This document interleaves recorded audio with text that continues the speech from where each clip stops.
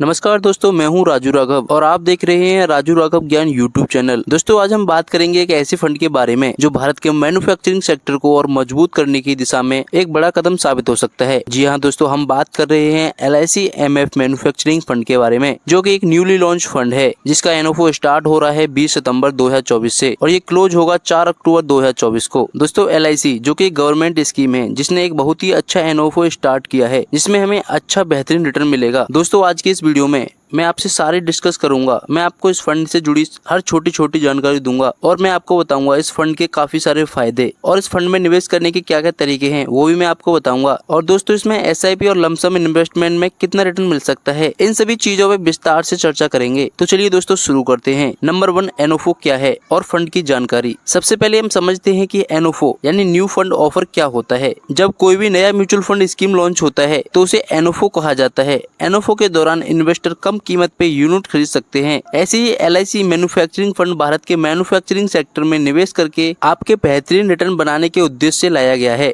इस NFO का मकसद है मैन्युफैक्चरिंग कंपनियों के शेयर्स में निवेश करना, जो आने वाले समय में भारतीय इकोनॉमी के लिए बेहद महत्वपूर्ण साबित हो सकते हैं। तो अगर आप मैन्युफैक्चरिंग सेक्टर के बढ़ते अवसरों का फायदा उठाना चाहते हैं तो यह फंड आपके लिए एक अच्छा मौका हो सकता है। NFO की कुछ अहम तारीखें। NFO की ओपन डेट 20 सितंबर 2024 है और ये NFO क्लोज डेट 4 अक्टूबर 2024 है। बात करें फंड की रीओपनिंग की तो ये 16 अक्टूबर 2024 से फंड फिर से खरीदी और बिक्री के लिए ओपन हो जाएगा। नंबर 2, फंड के स्पेशल प्रोडक्ट। इस फंड के साथ साथ कुछ खास प्रोडक्ट्स और सुविधाएं भी दी जा रही हैं जिसमें इन्वेस्टर को ज्यादा फैसिलिटीज मिलती हैं, मिलती है। नंबर 1, सिस्टमैटिक इन्वेस्टमेंट प्लान यानी SIP। इस फंड में आपको SIP का ऑप्शन मिलता है जिसमें आप नियमित रूप से एक छोटी छोटी राशि को निवेश कर सकते हैं। और दोस्तों इस NFO में एक खास बात भी है कि इसमें SIP पॉज और SIP स्टेप अप जैसी सुविधाएं भी उपलब्ध है। SIP पॉज का मतलब है यानी SIP पॉज के जरिए आप अपनी SIP को कुछ समय के लिए रोक सकते हैं और SIP स्टेप अप के जरिए आप अपनी निवेश की राशि को समय समय पे बढ़ा सकते हैं। Number 2, systematic transfer plan STP। इसमें आपको 2 प्रकार के STP मिलते हैं, फिक्स्ड सिस्टमैटिक ट्रांसफर प्लान और कैपिटल एप्लीकेशन STP। इसके जरिए आप स्कीम में दूसरी स्कीम पे पैसे ट्रांसफर कर सकते हैं। Number 3, systematic withdrawal plan SWP।